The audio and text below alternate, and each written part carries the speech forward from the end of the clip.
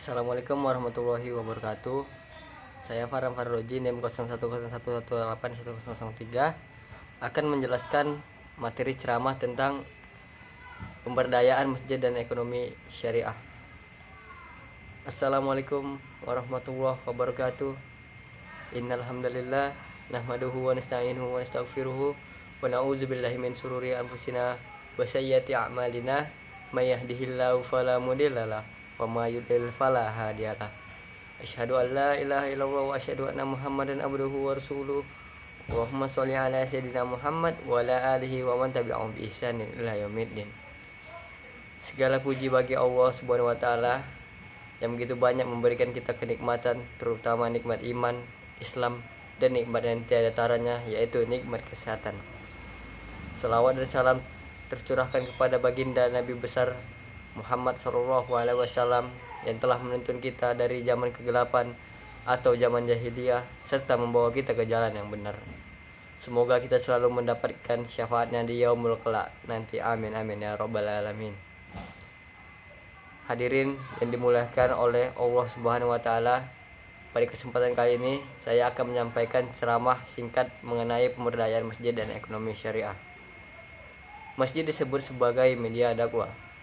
Penamaan masjid berasal dari bahasa Arab, yaitu sajadah, sujud, yang berarti patuh, taat, serta tunduk dengan penuh hormat dan takzim. Kemudian menjadi bentukan kata masjid merupakan isim yang berarti tempat sujud. Dengan demikian, penamaan ini menunjukkan fungsi utama masjid adalah tempat sujud atau menjalankan ibadah sholat.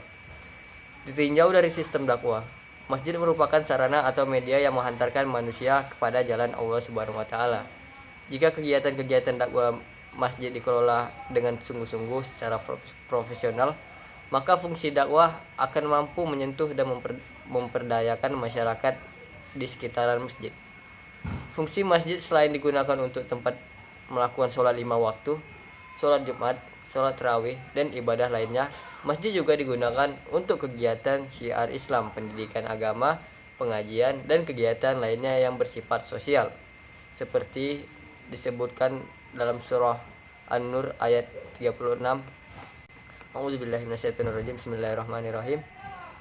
Fi buyuti azinallaha an turfaha wa yuzkara fiha asmu yusabbahu lahu fiha bil gudu wa wal asal. Artinya, bertasbihlah kepada Allah di masjid-masjid yang telah diperintahkan untuk dimuliakan dan disebut namanya di dalamnya pada waktu pagi dan waktu petang. Quran surah An-Nur ayat 36. Keberadaan masjid juga menjadi indikator berkembangnya agama Islam di suatu daerah. Masjid di Indonesia masih berperan dan berfungsi seperti yang diajarkan Rasulullah SAW, yaitu sebagai tempat penyebar dan pendidikan Islam. Fungsi masjid yang sesungguhnya dapat dirujuk pada sejarah masjid paling awal, yaitu penggunaan masjid pada masa Nabi Muhammad SAW, Al-Khulafa Ar-Rasyidin, dan seterusnya. Pada masa-masa itu, masjid paling tidak mempunyai dua fungsi, yaitu fungsi keagamaan dan fungsi sosial. Fungsi masjid bukan hanya tempat sholat, tetapi juga lembaga untuk mempererat hubungan dan ikatan jamaah Islam yang baru tumbuh. Nabi SAW menggunakan masjid sebagai tempat penjelasan wahyu yang diterimanya, memberikan jawaban atas pertanyaan-pertanyaan para sahabat tentang berbagai masalah, memberi fatwa, mengajarkan agama Islam, memperbudayakan musyawarah, menyelesaikan perkara-perkara dan perselisihan-perselisihan, tempat mengatur dan membuat strategi militer, dan tempat menerima perutusan-perutusan dari semenanjung Arabia.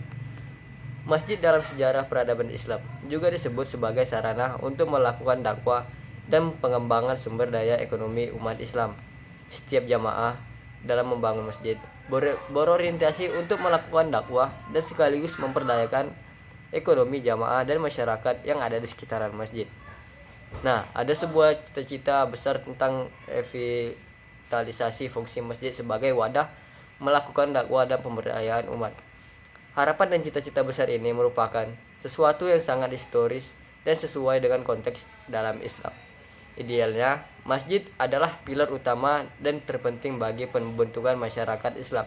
Karena itu, masyarakat Muslim tidak akan terbentuk secara kokoh dan rapi kecuali dengan adanya komitmen terhadap sistem akidah dan tatanan Islam. Hal ini tidak akan dapat dimunculkan kecuali di masjid. Sedangkan yang dimaksud pemberdayaan yaitu suatu upaya yang dilakukan oleh seseorang maupun kelompok melalui berbagai kegiatan dan pemberian keterampilan, pengembangan pengetahuan, penguatan, kemampuan dan potensi yang mendukung agar dapat terciptanya kemandirian dan keberdayaan pada masyarakat, baik itu dari segi ekonomi, sosial, budaya, maupun pendidikan, utama membantu memecahkan berbagai masalah-masalah yang dihadapi.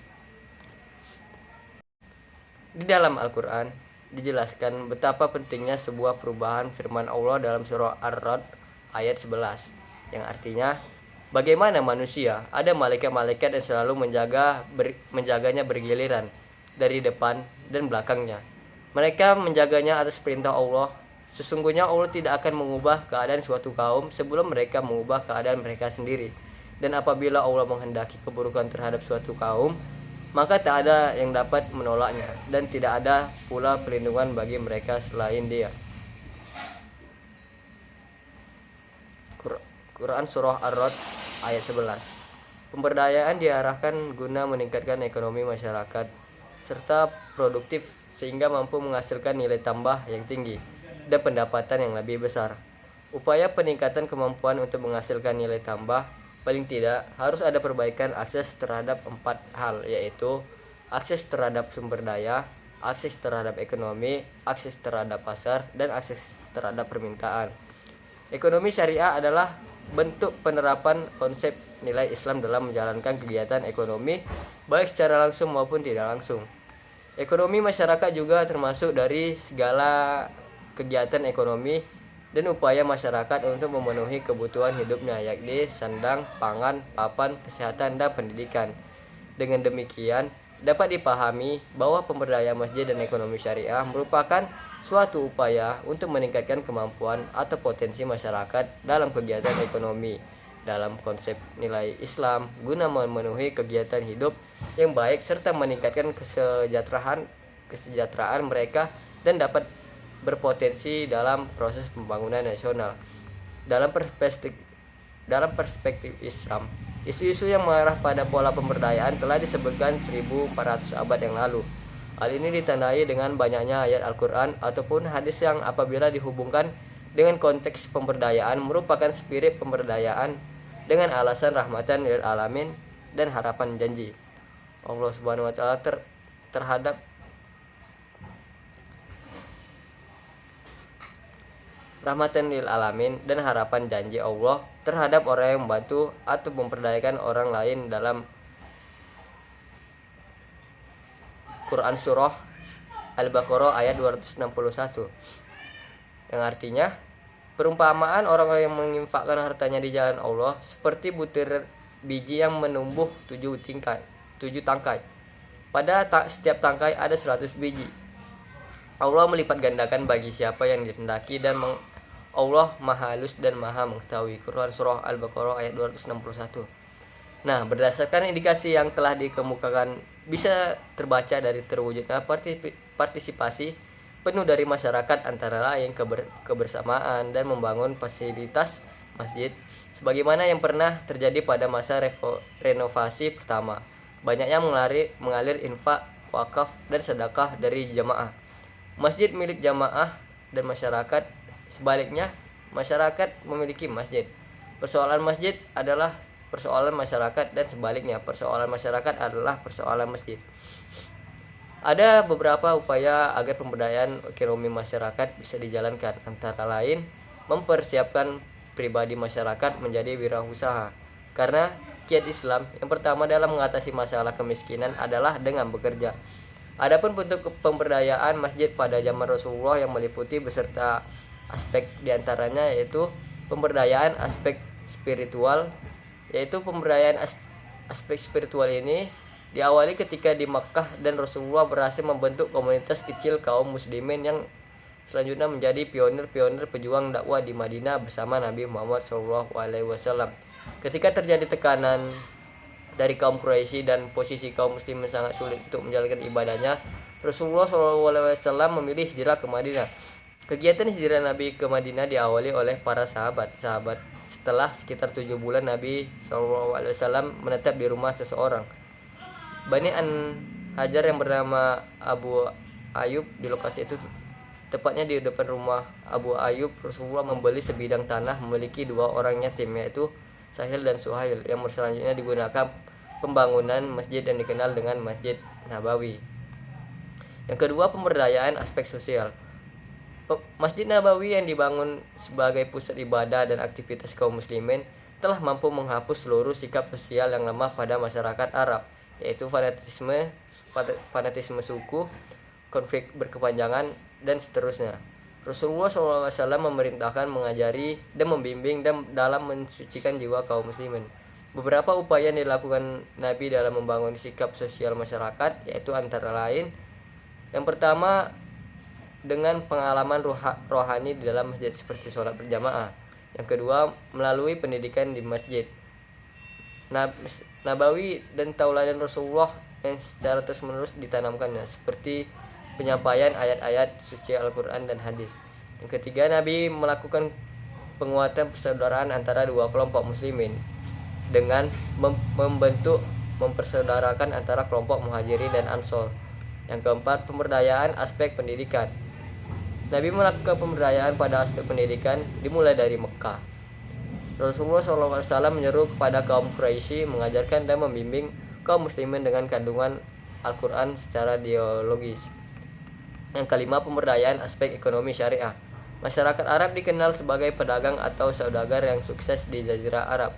Sebagian dari mereka juga memiliki moral yang baik, seperti suka membantu dengan hartanya. Namun, yang dinilai lemah dari perilaku ekonomi mereka adanya tindakan riba, yaitu adanya tambahan keuntungan dalam pembayaran hutang.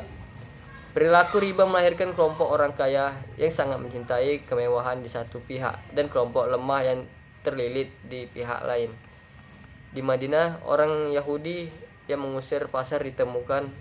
Rasulullah SAW biasa melakukan kecurangan. Kondisi inilah yang menggerakkan Rasulullah SAW untuk memperbaiki perilaku ekonomi masyarakat. Penguatan ekonomi syariah berbasis masjid dalam dakwah Nabi SAW di Madinah lebih difokuskan pada 3 hal. Yang pertama, yaitu penguatan etika bisnis Islami yang harus diterapkan dalam transaksi jual beli di pasar atau di tempat lainnya oleh seorang muslim, seperti larangan menipu, curang, haramnya perbuatan riba, dan sebagainya. Yang kedua, dengan membangun ikatan persaudaraan di kalangan Muhajirin dan Ansor. Bantuan dari pihak Ansor kepada kaum Muhajirin yang sedang lemah dalam ekonomi. Secara perlahan Muhajirin merintis perekonomiannya dengan bantuan modal yang ada melalui usaha atau berdagang di pasar.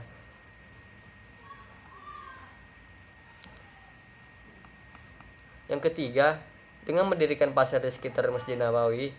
Pendirian pasar bagi kaum muslimin merupakan langkah pemberdayaan ekonomi umat Islam, yakni penyediaan lembaga ekonomi umat Islam, sekaligus langkah penerapan sistem ekonomi Islam. Di pasar ini, Nabi melarang adanya tindakan penipuan dalam jual beli. Dan juga larangan memungut pajak seperti yang biasa dilakukan oleh orang Yahudi. Sepertinya hanya itu yang bisa saya sampaikan mengenai pemberdayaan masjid dan ekonomi syariah. Semoga segala sesuatu yang telah saya sampaikan dapat bermanfaat bagi kita semua. Untuk itu lebih kurangnya saya mohon maaf, dan kepada Allah saya mohon ampun. Wassalamualaikum warahmatullahi wabarakatuh.